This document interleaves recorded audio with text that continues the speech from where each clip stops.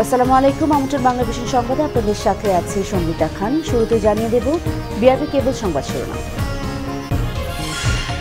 নির্বাচন বাতিল করে নিরপেক্ষ সরকারের অধীনে পুনর্নির্বাচনের এজেন্ডা থাকলে প্রধানমন্ত্রী সংলাপে অংশ নেবে ঐক্যফ্রন্ট, জানালেন মির্জা ফখরুল। নতুন নির্বাচনের জন্য সংলাপ নয়, নির্বাচন পরবর্তী শুভেচ্ছা বিনিময় করতেই বিরোধী দলগুলোকে আমন্ত্রণ জানাবে প্রধানমন্ত্রী, জানিয়েছেন ওবায়দুল কাদের। সংলাপে সমাধান দেখছে না ফজলুল হক, সংলাপে খুঁজতে হবে সমাধান, অভিমত মহিউদ্দিন আহমেদের। নির্বাচন বাতিল কিংবা পুনর্নির্বাচনের দাবি নাকচ করলেন ইসি সচিব। গাজীপুর ও সাভারের বেশিরভাগ পোশাক শ্রমিক কাজে যোগ দিয়েছেন আজ। সড়ক অবরোধের চেষ্টা, পুলিশের হস্তক্ষেপে ভণ্ডুল।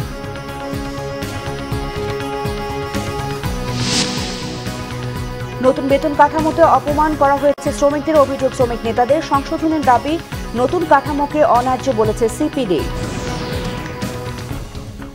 দেখছেন বিআরবি কেবল সংবাদ শিরোনাম। এবার বিস্তারিত। এজেন্ডা জানার পরই ঐক্যফ্রন্ট প্রধানমন্ত্রীর সাথে সংলাপে যোগ দেয়া না দেওয়ার বিষয়ে সিদ্ধান্ত নেবে, জানিয়েছেন বিএনপি মহাসচিব মির্জা ফখরুল ইসলাম আলমগীর। তিনি বলেন, জামায়াত নিয়ে ডক্টর কামাল হোসেনের দেয়া বক্তব্য গণফোরামের বক্তব্য, জাতীয় ঐক্যফ্রন্টের নয়। সিলেটে নির্বাচনী সহিংসতায় নিহত ছাত্রদল নেতার পরিবারকে সমবেদনা জানাতে গিয়ে মির্জা ফখরুল এসব কথা বলেন। ৩০ ডিসেম্বর জাতীয় সংসদ নির্বাচনের দিন সহিংসতায় নিহত ছাত্রদল নেতা সাইম আহমেদ সোহেলের পরিবারের সদস্যদের সমবেদনা জানাতে দুপুরে সিলেটে পৌঁছান বিএনপি মহাসচিব মির্জা ফখরুল ইসলাম আলমগীরের নেতৃত্বে জাতীয় ঐক্যফ্রন্টের নেতারা। সিলেট পৌঁছে তারা হযরত শাহজালাল রহমাতুল্লাহ আলাইহির মাজার জিয়ারত করেন। পরে অন্যান্য রাজনৈতিক দলের সাথে প্রধানমন্ত্রী সংলাপে যাবেন কিনা সাংবাদিকদের এমন প্রশ্নের জবাব দেন বিএনপি মহাসচিব। জানান, সেই সিদ্ধান্ত নেওয়া হবে সংলাপের এজেন্ডা জানার পর। এই সংলাপ যদি গতবারের মতো সংলাপ হয় তাহলে সেই সংলাপ কখনোই অর্থবহ হবে না। আর তাছাড়া সংলাপের এজেন্ডাটা কি, উনি যে সংলাপের কথা বলছেন সেটা এজেন্ডা কি? আমাদের এজেন্ডা তো একটা, এই নির্বাচনকে বাতিল করতে হবে, পুনরায় নিরপেক্ষ সরকার অধীনে নির্বাচন দিতে হবে জনগণের অধিকারকে প্রতিষ্ঠা করার জন্য। উনি কি চাচ্ছেন, কি দরকার, উনি বোঝেন যে না, দেশে একটা বড় ক্ষতি হয়ে গেছে যে এই একটা নির্বাচন যেখানে জনগণকে তার অধিকার প্রয়োগ করতে দেওয়া হয়নি, তাহলে নিঃসন্দেহে তিনি সেই এজেন্ডা জানাবেন যে আমরা এই এজেন্ডা আলোচনা করতে চাই, তখনই আমরা সেই বিষয়ে বিবেচনা করব। জামায়াত নিয়ে জাতীয় ঐক্যফ্রন্টের শীর্ষ নেতা ডক্টর কামাল হোসেনের দেয়া বক্তব্যের বিষয়েও কথা বলেন মির্জা ফখরুল। জামায়াত ইস্যুতে ডক্টর কামাল হোসেন সাহেবের যে বক্তব্য, সেটা তার বক্তব্য। আমরা এই বিষয়ে আমাদের দলের পক্ষ থেকে আমরা এখনো কোনো আলোচনা করিনি, সিদ্ধান্ত নিইনি। এটা সামগ্রিকভাবে ওনার দলের বক্তব্য। আমাদের ঐক্যফ্রন্ট অটুট আছে, এতটুকু কোথাও কোনো সমস্যা নেই। মাজার জিয়ারত শেষে সিলেটের বালাগঞ্জে নির্বাচনী সহিংসতায় নিহত ছাত্রদল নেতা সাইম আহমেদ সোহেলের বাড়িতে যান ঐক্যফ্রন্টের নেতারা। সমবেদনা জানান নিহত সোহেলের স্বজনদের। নির্বাচনের দিন বালাগঞ্জের আজিজপুর সরকারি প্রাথমিক বিদ্যালয় ভোট কেন্দ্রে দুপক্ষের সংঘর্ষে গুলিবিদ্ধ হয়ে মারা যান ছাত্রদল নেতা Sohel. Banglavision news desk. Awami League সাধারণ সম্পাদক ওবায়দুল কাদের বলেছেন, নতুন করে নির্বাচনের জন্য সংলাপ নয়, নির্বাচন পরবর্তী শুভেচ্ছা বিনিময় করতে বিরোধী দলগুলোকে আমন্ত্রণ জানাবেন প্রধানমন্ত্রী। এজন্য আবারও চিঠি দেওয়ার কথাও জানিয়েছেন তিনি। বিজয় সমাবেশের কারণে নগরবাসীর কিছুটা দুর্ভোগের জন্য আগে ভাগেই দুঃখ প্রকাশ করেছেন ওবায়দুল কাদের। এদিকে নির্বাচনে বিশাল জয় উল্লসিত না হয়ে ষড়যন্ত্রকারীদের বিষয়ে সতর্ক থাকার পরামর্শ দিয়েছেন দলটির প্রেসিডেন্ট সদস্য মোহাম্মদ আসিফ। একাদশ জাতীয় সংসদ নির্বাচনের নিরঙ্কুশ বিজয়ে ঐতিহাসিক সোহরাওয়ার্দী উদ্যানে আসছে 19 জানুয়ারি বিজয় সমাবেশ করবে ক্ষমতাসীন দল আওয়ামী লীগ। এ উপলক্ষে 23 বঙ্গবন্ধু এভিনিউয়ে ঢাকা মহানগর দক্ষিণের বর্ধিত সভায় দলটির সাধারণ সম্পাদক ও সড়ক পরিবহন মন্ত্রী ওবায়দুল কাদের নেতাকর্মীদের এই বিষয়ে দিক নির্দেশনা দেন। নগরবাসীর দুর্ভোগ কমাতে নজর দেওয়ার পরামর্শও দিয়েছেন তিনি।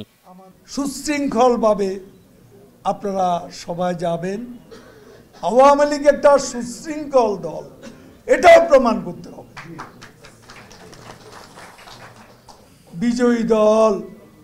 বিজয়ী দলের অনেক দায়িত্ব, জনগণের দুর্ভোগটা যাতে কমানো যায় সেটাও দেখতে হবে। নতুন করে সংলাপ নিয়ে যে আলোচনা চলছে সে বিষয়ে সরকারের অবস্থান ব্যাখ্যা করেন ওবায়দুল কাদের।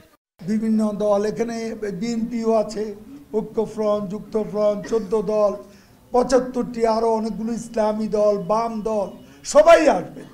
সবাইকে আমরা আবারও চিঠি দেব এই শুভেচ্ছা বিনিময় আনুষ্ঠানিকতায় যোগ দেওয়ার জন্য। এখানে কোনো সংলাপের আমন্ত্রণ আমরা জানাচ্ছি না, এ বিষয়টা পরিষ্কার করে দেওয়ার প্রয়োজন আছে। এদিকে রাজধানীতে দলের প্রয়াত সাবেক সাধারণ সম্পাদক সৈয়দ আশরাফুল ইসলামের শোক সভায় মোহাম্মদ নাসিম বলেন, আওয়ামী লীগের বিশাল জয়ে উল্লসিত হওয়ার কিছু নেই, সফলতা যত বড় হবে ষড়যন্ত্র তত গভীর হবে।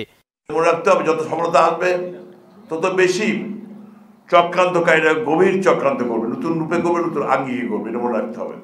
তো উল্লসিত হওয়ার কিছু নাই, বেশি আত্মপ্রত্যয় হওয়ার কিছু নাই, আমাদের আগে চলতে হবে অত্যন্ত কঠিন সতর্কভাবে।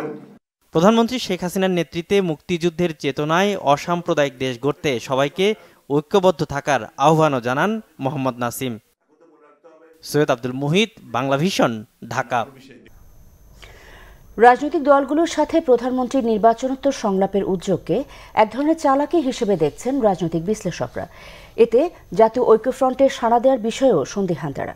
বিশিষ্ট শিক্ষাবিদ, রাষ্ট্রচিন্তক অধ্যাপক আবুল কাশেম ফজলুল হক মনে করেন, নির্বাচন পরবর্তী এই সংলাপে কোনো সমাধান আসবে না। তবে আরেক রাজনৈতিক বিশ্লেষক মহিউদ্দিন আহমেদ বলেছেন, ফলপ্রসূ সংলাপের ইতিহাস না থাকলেও সংলাপের মাধ্যমে খুঁজতে হবে সমাধানের পথ। একাদশ জাতীয় সংসদ নির্বাচনের আগে করণীয় ঠিক করতে ৭৫টি দলের সাথে সংলাপ করেছে ক্ষমতাসীনরা। অনেকটা অমীমাংসিতভাবেই শেষ হয় সেই সংলাপ। তারপরও সকল দলের অংশগ্রহণে অনুষ্ঠিত হয়েছে এবারের নির্বাচন, যার ফলাফল সম্পূর্ণ প্রত্যাখ্যান করেছে জাতীয় ঐক্যফ্রন্ট। এমন পরিস্থিতিতে নির্বাচনের পর পুনর্নির্বাচনের দাবিতে আবারও সংলাপের দাবি করেন ঐক্যফ্রন্ট নেতা ডক্টর কামাল হোসেন।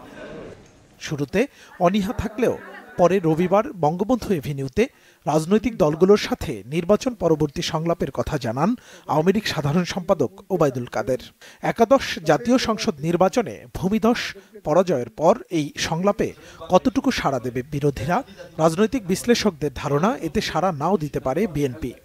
সংলাপে যে নির্বাচনটা হয়ে গেল তা কি অবাধ হয়েছে, সুষ্ঠু হয়েছে, নিরপেক্ষ হয়েছে, যে কথাটা গত ৩০-৪০ বছর ধরে ক্রমাগত বলা হয়, সেটা হয়নি। তার ফলে সংলাপে উত্তেজনা দেখা দিতে পারে। তারপরেও আমরা মনে করি নিজেদের ভুল ত্রুটি যতটা পারা যায় স্বীকার করে নিয়ে সংলাপ হলে তার ফল ভালো হবে। ঐক্যফ্রন্ট বিশেষ করে বিএনপির কাছে এটা আমার কাছে মনে হচ্ছে অনেকটা কাটা ঘায়ে নুনের ছিটার মতন। কারণ তারা কেন যাবেন? এর আগের বার গেছেন, এটা নিয়েই অনেকে প্রশ্ন তুলেছে, যেখানে সাফল্যের কোনো সম্ভাবনা নেই আপনারা গেলেন কেন? তাদের মতে নির্বাচনের পর সরকারের এই সংলাপের উদ্যোগ রাজনৈতিক চাতুরী। সাধারণ মানুষের কাছে নিজেদের গ্রহণযোগ্য করতে এমন উদ্যোগ নেওয়া হয়েছে বলেও মূল্যায়ন তাদের। নভেম্বরের পয়লা সপ্তাহে তো আমরা সংলাপ দেখেছিলাম এক রাউন্ড। তো সেখানে আমরা দেখলাম যে মূল প্রতিপক্ষ ছিল যারা ক্ষমতাসীনদের জাতীয় ঐক্যফ্রন্ট, তারা একটা ৭ দফা প্রস্তাব দিয়েছিল। তো সেই অর্থে বলা যায় যে ওই সংলাপটি তাদের জন্য কোনো সুফল বয়ে আনেনি, বরঞ্চ ক্ষমতাসীন সরকার তারা লাভবান হয়েছিল। এই সংলাপ নিয়ে, এই খাবার দাওয়াত নিয়ে এখানে স্বার্থের ব্যাপারও আছে, একেবারে নিঃস্বার্থ খাওয়া দাওয়া তা না। কাজেই এখানে কামাল হোসেন সাহেবের জোট, বিএনপি কিংবা বাম দলগুলো আরও যেসব জোট আছে, তারা নিজেদের স্বার্থের দিক থেকে দেখবে, তাতে সংলাপে যে আসবে সবাই এটা আগেই বলা যায় না। সংলাপ শুধু খাওয়া দাওয়া বা লোক দেখানোতে সীমাবদ্ধ না রেখে গণতন্ত্রের স্বার্থে কার্যকর সমঝোতা দেখতে চান এই দুই বিশ্লেষক। মুহিবুল্লাহ মুহিব, বাংলা ভিশন, ঢাকা। নির্বাচন বাতিল বা পুনর্নির্বাচনের দাবি মানা সম্ভব নয়, সাফ জানিয়ে দিয়েছেন ইসি সচিব হেলাল উদ্দিন আহমেদ। তবে সংক্ষুব্ধ কেউ নির্বাচনী ট্রাইব্যুনালে আপিল করতে পারেন বলে মত দেন তিনি। একাদশ নির্বাচনের অনিয়ম নিয়ে জাতীয় ঐক্যফ্রন্টের স্মারকলিপির প্রসঙ্গে কমিশন বৈঠক শেষে এই সিদ্ধান্তের কথা জানিয়েছেন ইসি সচিব। বৈঠকে ১৭ ফেব্রুয়ারি সংরক্ষিত নারী আসনের তফসিল ঘোষণার সিদ্ধান্ত হয়। এছাড়া ৫ ধাপে মার্চের প্রথম সপ্তাহ থেকে উপজেলা পরিষদ নির্বাচনের সিদ্ধান্ত নিয়েছে কমিশন। বৈঠকে পাওয়া নির্বাচনে একাদশ জাতীয় সংসদ নির্বাচনের অনিয়ম তুলে ধরে নির্বাচন বাতিল ও পুনরায় নির্বাচনের দাবি জানিয়ে ৩ জানুয়ারি নির্বাচন কমিশনের স্মারকলিপি দেয় জাতীয় ঐক্যফ্রন্ট। এর বিরোধিতা করে ৬ জানুয়ারি পাল্টা স্মারকলিপি দেয় আওয়ামী লীগ। কমিশন বৈঠকে নাকচ করে দেয়া হয়েছে পুনর্নির্বাচনের দাবি। তবে সোমবারের কমিশন বৈঠকে নাকচ করে দেয়া হয়েছে পুনর্নির্বাচনের দাবি। জাতীয় সংসদ নির্বাচন বাতিল বা নির্দলীয় নিরপেক্ষ তত্ত্বাবধায়ক সরকারের অধীনে পুনর্নির্বাচন, এগুলো এখন আর করার সেই সুযোগ নেই। যদি কেউ সংক্ষুব্ধ হয় তাহলে নির্বাচন ট্রাইব্যুনালে গিয়ে তারা মামলা করতে পারে। সচিব জানান, ফেব্রুয়ারির প্রথম সপ্তাহে তফসিল দিয়ে 5 ধাপে পঞ্চম উপজেলা পরিষদ নির্বাচনের প্রস্তুতি নিচ্ছে কমিশন। পঞ্চম উপজেলা পরিষদ নির্বাচন, এটা প্রাথমিক সিদ্ধান্ত হয়েছে এইরূপ, সেটি হলো যে আগামী মার্চের প্রথম সপ্তাহ থেকে ধাপে ধাপে বিভাগ ওয়ারি, যে প্রশাসনিক যে বিভাগ আছে ওই বিভাগ ওয়ারি এই নির্বাচন অনুষ্ঠিত হবে।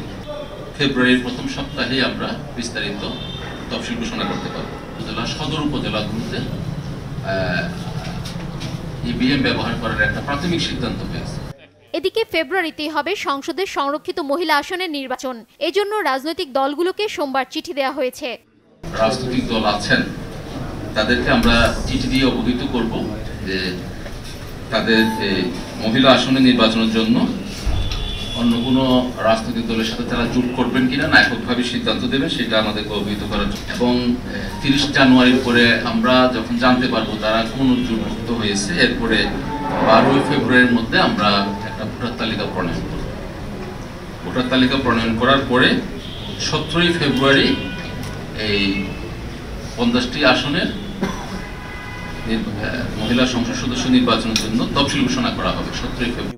তবে কিশোরগঞ্জ 1 থেকে সৈয়দ আশরাফ শপথ না নেওয়ায় এবং সংসদ সদস্য হিসেবে গেজেট প্রকাশ হওয়ায় এই আসনে উপনির্বাচন নিয়ে আইনি জটিলতা তৈরি হয়েছে। বিষয়টি সংসদকে অবহিত করে পরে তফসিল ঘোষণা করা হবে বলে জানিয়েছেন নির্বাচন কমিশন সচিব। শারমিন ইব্রাহিম, বাংলা ভিশন, ঢাকা। বাংলাদেশের নতুন সরকার এবং অন্য সহযোগীদের সঙ্গে কাজ করতে প্রস্তুত থাকার কথা জানিয়েছে জাতিসংঘ। রবিবার জাতিসংঘের বাংলাদেশ কার্যালয়ের ফেসবুক পেজ ও টুইটারে প্রকাশিত বিবৃতিতে একথা বলা হয়। এতে আরও বলা হয়, বাংলাদেশে 2030 সালের টেকসই উন্নয়ন লক্ষ্যমাত্রার সঙ্গে সঙ্গতিপূর্ণ, শান্তিপূর্ণ ও অংশগ্রহণমূলক সমাজ, সুশাসন এবং আইনের শাসন দেখতে চায় জাতিসংঘ। আর সে কারণে তারা সরকার ও সংশ্লিষ্ট অন্যান্য সহযোগীদের সঙ্গে কাজ করতে প্রস্তুত। বিবৃতিতে আরও বলা হয়, ইতিবাচক পরিবর্তন আনতে বাংলাদেশ জাতিসংঘের মানবাধিকার সনদ ও আন্তর্জাতিক চুক্তির আলোকে মানবাধিকারের প্রতিশ্রুতি বাস্তবায়ন করছে তা সংস্থাটি দেখতে চায়। মজুরি কাঠামো সমন্বয় ও বিজিএমই এর আলটিমেটামের পর আজ কাজে যোগ দিয়েছেন গাজীপুর ও সাভারের বেশিরভাগ পোশাক কারখানার শ্রমিকরা। কয়েকটি কারখানায় কাজ না করেই বেরিয়ে যান শ্রমিকরা।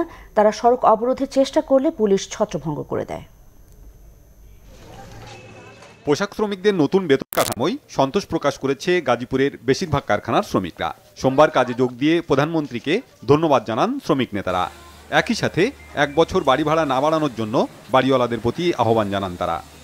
বেতন বাড়ার সাথে সাথে মালিকরা ঘর ভাড়া বাড়িয়ে দেয়। শ্রমিক নেতা এবং শ্রমিক মালিক পক্ষ, এই 3 পক্ষ মূলত এক না। প্রত্যেক শ্রমিককে বলবো যে তারা যার যার স্ব ফ্যাক্টরিতে কাজে যোগদান করুক।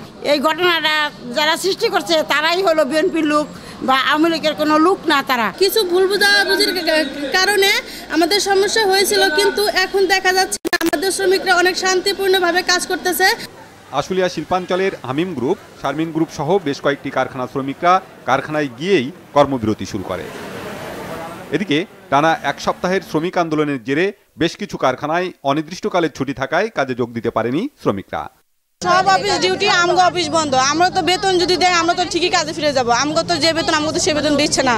ঘোষণা অনুযায়ী যদি বেতনটা বাস্তবায়ন হয় তো আমরা এটা খুশি। এই গ্রেডগুলোর মধ্যে পুরাতনরা বঞ্চিত হচ্ছে, নতুনরা ঠিকই সুবিধা পাচ্ছে। যে 2 মাস ঢুকছে হ্যারস যে বেতন, সে 10 বছর থেকে 5 বছর থেকে ডিউটি করো, সে এক বেতন। সমাধানটা কি? অন্যদিকে নরসিংহপুর এলাকায় বিক্ষোভ করেছে বেশ কয়েকটি পোশাক কারখানার শ্রমিকরা। সকালে বাইপাইল আব্দুল্লাপুর মহাসড়ক অবরোধের চেষ্টা করলে পুলিশ তাদের সরিয়ে দেয়। আশুলিয়ার প্রায় সব কারখানার সামনে পুলিশ মোতায়েন আছে। বিজিবি ও র্যাব টহল দিচ্ছে। Bangla Vision news desk. এদিকে সড়ক দুর্ঘটনায় শ্রমিক নিহতের গুজবে ঢাকা আরিচা মহাসড়কের সাভারে সড়ক অবরোধ করে বিক্ষোভ করেছে পোশাক শ্রমিকেরা।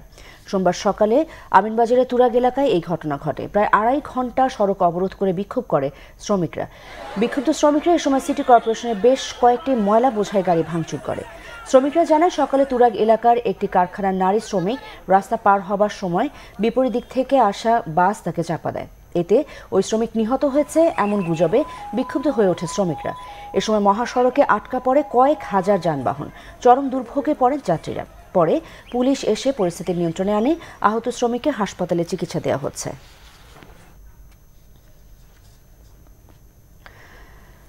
ব্যাপক বিক্ষোভের মুখে পোশাক শিল্প শ্রমিকদের মাত্র 15 টাকা থেকে 786 টাকা পর্যন্ত বেতন বাড়ানোকে অন্যায্য বলেছে সিপিডি। আর শ্রমিক নেতারা বলছেন নতুন বেতন কাঠামোতে অপমান করা হয়েছে শ্রমিকদের। গেজেট প্রকাশের আগে আবারও বেতন কাঠামো সংশোধনের দাবি তাদের।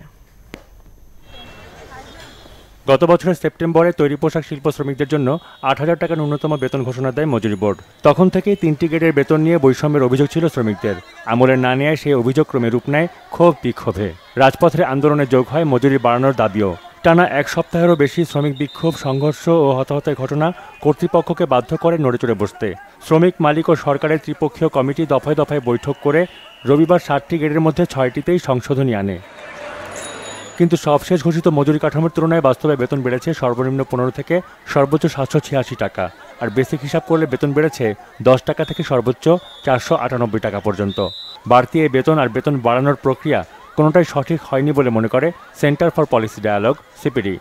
একটা দাবি ছিল শ্রমিকদের গ্রেড 4 এবং গ্রেড 5-এ তাদের বেসিকটি যাতে যথেষ্ট মাত্রায় বাড়ে, কিন্তু সেইভাবে আসলে গ্রেড 4-5-এ বেসিকটি অতটা বৃদ্ধি পায়নি। একটা প্রবণতা থাকে যে বেসিককে যদি কম রাখা যায় শ্রমিক সেখান থেকে আসলে বঞ্চিত হয়। সিপিডির সাম্প্রতিক গবেষণায় আমরা যেটি পেয়েছি, আমাদের শ্রমিকদের উৎপাদনশীলতা অনেক বৃদ্ধি পেয়েছে এবং অন্যান্য দেশের শ্রমিকদের সাথে উৎপাদনশীলতার পার্থক্য কমে আসছে। সুতরাং সেই যে যুক্তিতে আগে কম দেওয়া হতো সেই যুক্তিতে কিন্তু এখন আর কম দেওয়ার সুযোগ নেই। আর শ্রমিক নেতারা নতুন বেতন কাঠামোকে বলছেন তামাশা। শ্রমিকরা এটা একেবারে মস্করা হিসেবে নিচ্ছে, মানে অপমান হিসেবে নিচ্ছে। এত বছর, 5 বছর, 7 বছর, 10 বছর একটা চাকরি করিয়া প্যাটার্ন মাস্টার হয়ে বা সিনিয়র মোস্ট অপারেটর হইয়া তারপরে যদি তার বেতন 5 টাকা বাড়ে, 15 টাকা বাড়ে, 20 টাকা বাড়ে, তাহলে এটা কি হিসেবে নেবে বলেন? যে কোনো বিবেকবান মানুষ বুঝবে যে এটা বাস্তবে শ্রমিকদের সাথে একটা তামাশা করা হচ্ছে। অসন্তোষ আরও তীব্র হচ্ছে, আরও তীব্র হইতে থাকবে। নতুন মজুরি কাঠামো সমস্যার সমাধান না করে শ্রমিকদের হতোদ্যম ও হতাশ করবে বলে আশঙ্কা শ্রমিক নেতাদের। সাইমুল হক, বাংলা ভিশন, ঢাকা। ইলেকট্রনিক মিডিয়াকেও ওয়েজ বোর্ডের আওতায় আনা দরকার বলেছেন তথ্যমন্ত্রী ডক্টর হাসান মাহমুদ। জানান, নবম ওয়েজ বোর্ড অনেক দূর এগিয়ে যাওয়ায় এর মধ্যে ইলেকট্রনিক মিডিয়াকে আনা সম্ভব নাও হতে পারে। সোমবার জাতীয় প্রেস ক্লাবে বিএফইউজে এবং ডিইউজের সাথে মত বিনিময়ে মন্ত্রী এমন কথা বলেন। ভালো সংবাদ মাধ্যম যাতে টিকে থাকতে পারে তথ্য মন্ত্রণালয় সে বিষয়ে কাজ করবে জানিয়ে অপসাংবাদিকতার বিরুদ্ধে সাংবাদিকরাই ব্যবস্থা নেবেন বলেও আশা করেন তথ্যমন্ত্রী। গণমাধ্যমের স্বাধীনতার জন্য যা করা দরকার তার জন্য তথ্য মন্ত্রণালয় কাজ করবে জানিয়ে তিনি বলেন, সবাইকে সচেতন হতে হবে যাতে সংবাদ মাধ্যমের কারণে রাষ্ট্রের কোনো ক্ষতি না হয়। পরে জাতীয় প্রেস ক্লাবের ব্যবস্থাপনা কমিটির সাথে মত বিনিময়ে তথ্যমন্ত্রী বলেন, ইলেকট্রনিক মিডিয়াকেও ওয়েজ বোর্ডের অন্তর্ভুক্ত করার ব্যাপারে তিনি চেষ্টা করবেন। গণমাধ্যম কর্মী আইন প্রসঙ্গে হাসান মাহমুদ বলেন, এটি আইন মন্ত্রণালয় আছে, 3 মন্ত্রণালয়ের সমন্বয়ে একটি বৈঠকের পর সেটি আগাবে। তথ্য মন্ত্রণালয়ের মতো স্পর্শকাতর ও গুরুত্বপূর্ণ মন্ত্রণালয়ের দায়িত্ব পালনে সাংবাদিকদের সহায়তা চান মন্ত্রী।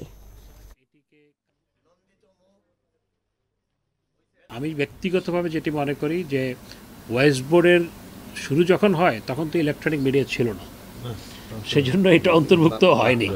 কিন্তু আজকের বাস্তবতায় তো ইলেকট্রনিক মিডিয়া আছে, সুতরাং এটি আমি মনে করি যে এটাও ওয়েজ বোর্ডের মধ্যে আসা প্রয়োজন। তথ্যমন্ত্রী হিসাবে আমি সর্বতভাবে চেষ্টা করব সাংবাদিক বন্ধুদের সমস্ত উদ্বেগ, উৎকণ্ঠা যে কোনো আইন নিয়ে সেগুলো দূর করার জন্য আমার প্রচেষ্টা থাকবে। আপনাদের সহযোগিতা চাই। নদী ভাঙনে সর্বশান্ত পদ্মাপাড়ের মানুষেরা কোনো আর্থিক সহায়তা চান না। তাদের একটাই দাবি, নদী ভাঙন রোধে বাঁধ নির্মাণ। এদিকে পানি সম্পদ উপমন্ত্রী AKM এনামুল হক শামীম জানিয়েছেন, আগামী বর্ষায় আর 1 ইঞ্চি জমিও নদীগর্ভে বিলীন হতে দেওয়া হবে না। তিনি জানান, সহ্য করা হবে না সংশ্লিষ্টদের কোনো গাফিলতি এবং দুর্নীতি।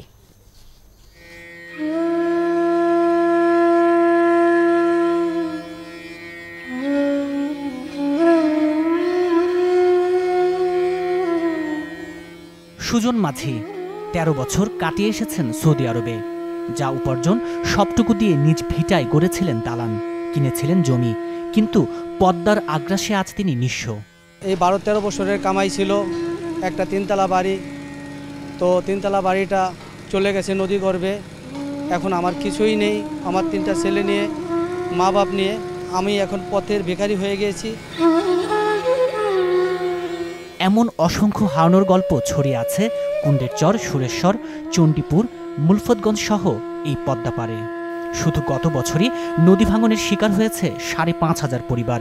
অসহায় মানুষগুলো নিয়তিকেই মেনে নিয়েছেন। আমরা রিলিফ চাই না, আমরা বাড়িতে আমাদের বাপ বাড়ার বাড়িতে আমরা এই বিড়া বাড়িতে ঘর উঠে থাকতেছি।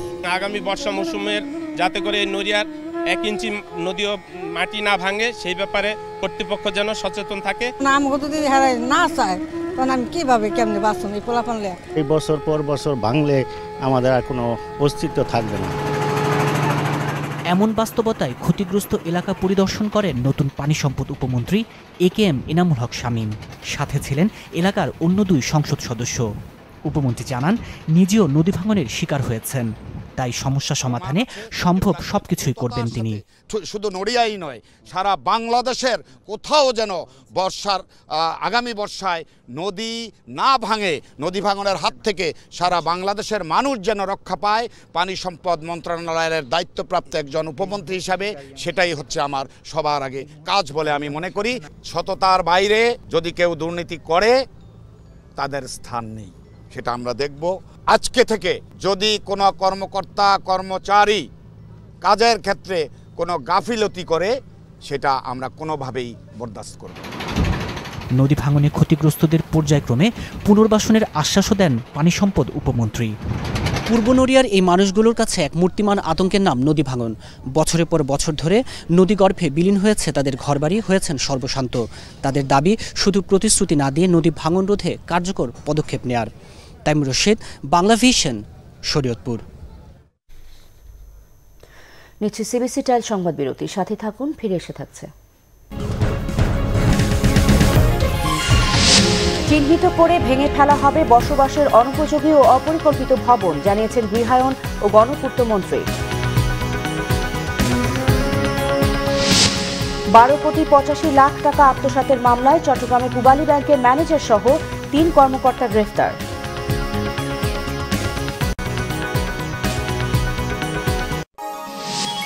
আপনারা দেখছেন বাংলা ভিশন সংবাদ। আবারও স্বাগত বাংলা ভিশন সংবাদে। বসবাসের অনুপযোগী ও অপরিকল্পিতভাবে ভবন চিহ্নিত করে ভেঙে ফেলা হবে বলে জানিয়েছেন গৃহায়ন ও গণপূর্ত মন্ত্রী রেজাউল করিম। সচিবালয়ে আরবান রেজিলেন্স প্রকল্প নিয়ে এক বৈঠকের পর তিনি তথ্য জানান। মন্ত্রী বলেন, এখন থেকে আর কোনো অপরিকল্পিত ভবন নির্মাণ করতে দেওয়া হবে না।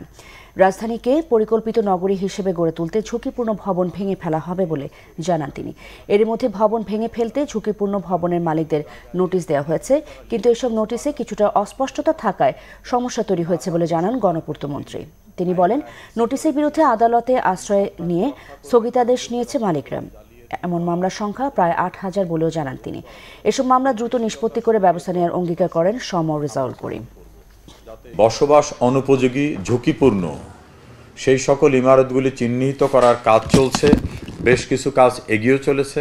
মানুষের নিরাপত্তা, জীবনের নিরাপত্তা, নগরীর পরিবেশ এবং পরিকল্পিত নগরী রক্ষার জন্য এ সকল বিল্ডিংকে ভেঙে ফেলার জন্য তাদেরকে তাগিদ দেব। তারা যদি ভাঙতে না চান, আমাদের নিজ উদ্যোগে আইনগতভাবে আমরা ব্যবস্থা নেব। অতীতে কি হয়েছে জানি না, এখন থেকে অপরিকল্পিত কোনো দালান নির্মিত হবে না। যে দালান বেআইনিভাবে নির্মিত হয়েছে সেক্ষেত্রে আইন তার কঠোর ব্যবস্থা গ্রহণ করবে। স্বাস্থ্য খাতে সুশাসন নিশ্চিত করাই প্রধান লক্ষ্য বলেছেন স্বাস্থ্যমন্ত্রী জাহিদ মালেক স্বপন। সকালে সোহরাওয়ার্দী হাসপাতাল পরিদর্শন শেষে তিনি একথা বলেন। স্বাস্থ্য খাতে সুচিকিৎসা নিশ্চিতে সুপারভিশন এবং মনিটরিং বাড়ানো হবে।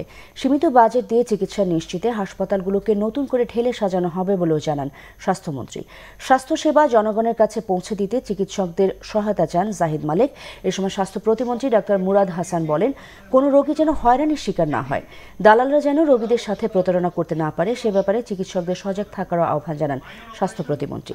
এর আগে সোহরাওয়ার্দী হাসপাতালে বিভিন্ন বিভাগ ঘুরে রোগীদের চিকিৎসার বিষয়ে খোঁজ নেন স্বাস্থ্যমন্ত্রী ও প্রতিমন্ত্রী। পরে জাতীয় কিডনি হাসপাতালও ঘুরে দেখেন তারা। 12 কোটি 85 লাখ টাকা আত্মসাতের মামলায় চট্টগ্রামে পূবালী ব্যাংকের ম্যানেজার সহ 3 কর্মকর্তাকে গ্রেফতার করেছে পুলিশ। সোমবার ব্যাংক থেকে গ্রেফতার করে নগরের চকবাজার থানায় নেওয়া হয় Pubali bank manager Enamul Karim Chowdhury, junior officer Ekramul Reza Rezvi, officer Dulal Chanda দেকে। অর্থ আত্মসাতের অভিযোগে রবিবার মামলাটি করেন একই ব্যাংকের আঞ্চলিক ব্যবস্থাপক মঞ্জুরুল ইসলাম মজুমদার। মামলার 4 নং আসামি ব্যবসায়ী হারুনুর রশিদের মাধ্যমে এই বিপুল অঙ্কের টাকা আত্মসাৎ করা হয়েছে বলে মামলায় উল্লেখ করা হয়েছে। মাদারীপুরে খেজুরের রস আর রস থেকে তৈরি গুড় গ্রাম বাংলার আবহমানকালের ঐতিহ্যের অংশ। শীত এলেই রস সংগ্রহ এবং গুড়ের কদর বাড়ে, তাই খেজুর গাছ যেন বিলুপ্ত না হয় এবং গুড়ের ঐতিহ্য যাতে হারিয়ে না যায় সেজন্য জেলা প্রশাসন বিভিন্ন উদ্যোগ গ্রহণ করেছে। খেজুর গাছ থেকে রস সংগ্রহকারীদের বলা হয় গাছি বা শিয়ালি। কোমরে বাঁশের তৈরি ঝুড়ি, তার ভেতরে খোরধার ছেনি বা কাটারি। ছেনির সুনিপুণ টানে তারা এক পাশের ডাল বাকল কেটে মসৃণ করে, পরে সেখান থেকে বের হয় মিষ্টি রস। সারা রাত মাটির হাঁড়ি বা কলসিতে জমতে থাকে রস। খুব ভোরে রস ভর্তি হাঁড়ি নিচে নামিয়ে আনা হয়। শীত যত বাড়তে থাকে রসও তত হয়ে ওঠে মিষ্টি মধুর। তাপালের রস ঠেলে আগুনের আঁচে ধীরে ধীরে সোনালি, কমলা, অবশেষে রক্তিম রঙের গুড়। ঝোলা গুড়, পাটালি গুড়, খান্ডা গুড়, নলের গুড়, ঝরার গুড়, এরকম নানা নাম আছে গুড়ের। এই গুড় মাদারীপুর সহ বিভিন্ন জেলার বাজারে বিক্রি করা হয়। আমেরিকা, লন্ডন, জাপান থেকে অর্ডার আইয়া নেয়, আমি তাকে গুড় সলিড গুড় দেই। সম্পূর্ণ জেলার মানুষ এই মস্তাবর গুড় কিনতে আসে। ক্রেতারা জানালেন এবার গুড়ের দামটা বেশি। বর্তমানে গুড়ের দাম অনেক বেশি, 300 থেকে 800 টাকা কেজি। এখন গুড়ের দামও বেশি, রসের দামও বেশি। জেলা প্রশাসক জানান মাদারীপুরের গুড়ের চাহিদা বাংলাদেশের সর্বত্র, তাই খেজুর গাছ যেন বিলুপ্ত না হয় সেজন্য বিভিন্ন উদ্যোগ নেওয়া হয়েছে। মাদারীপুরের খেজুর গুড়টা দেশের বিভিন্ন প্রান্তে সুনাম আরো ছড়িয়ে দেওয়া যায় এবং খেজুর গুড় উৎপাদন করে কিছু মানুষের কর্মসংস্থান হয় এবং অর্থনৈতিক একটা সচ্ছলতা মানুষের মধ্যে আসে, সে বিষয়ে আমরা উদ্যোগ গ্রহণ করেছি। খেজুরের গুড়ের ঐতিহ্য বাঁচিয়ে রাখার জন্য প্রশাসন এলাকা ভিত্তিক খেজুর গাছ লাগানোর উদ্যোগ নেবে, এমনটা প্রত্যাশা মাদারীপুরবাসীর। Bangla Vision news desk.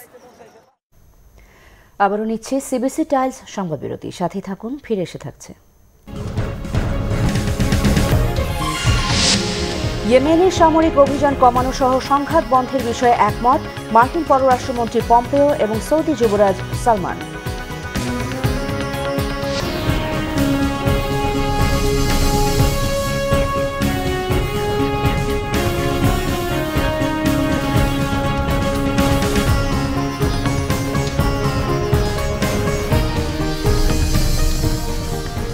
আবারও স্বাগত বাংলা ভিশন সংবাদে। এ পর্যায়ে শুরুতে আমিন জুয়েলার্স আন্তর্জাতিক সংবাদ।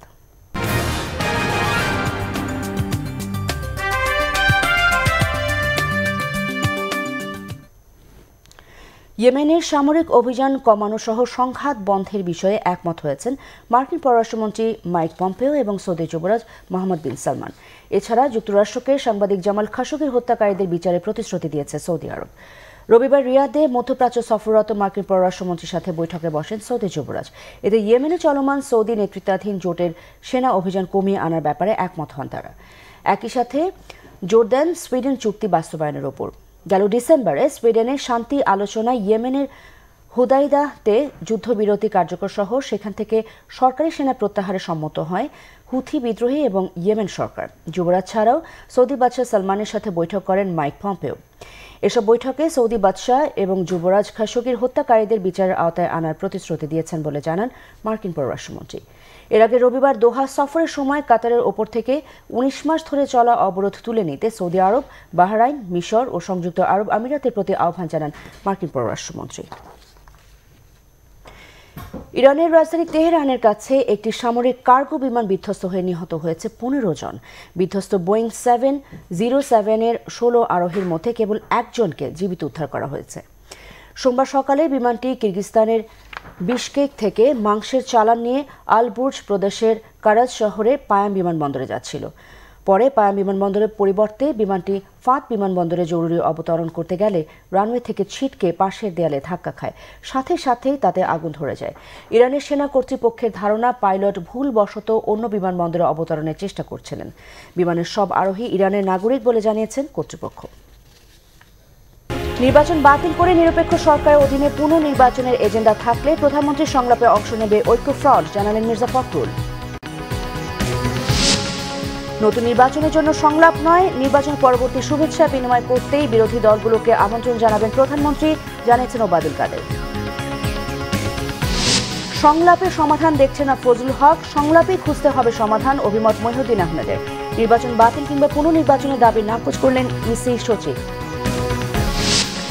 গাজীপুরে সাভারের বেশিরভাগ পোশাক শ্রমিক কাজে যোগ দিয়েছেন আজ, সড়ক অবরোধের চেষ্টা, পুলিশের হস্তক্ষেপে ভণ্ডুল। নতুন বেতন কাঠামোতে অপমান করা হয়েছে শ্রমিকদের, অভিযোগ শ্রমিক নেতাদের, সংশোধনের দাবি। নতুন কাঠামোকে অন্যায্য বলেছে সিপিডি। এই ছিল এখনকার মতো, পরের সংবাদ রাত 10:30টায়। এর আগে 9টায় রয়েছে নিউজ টপ 10 দেখার আমন্ত্রণ রইল। এছাড়া ফেসবুকে বাংলাভিশন সংবাদ সরাসরি দেখতে লগ ইন করতে পারেন facebook.com/বাংলাভিশনে। এতক্ষণ সাথে ছিলেন, তো সবাইকে ধন্যবাদ।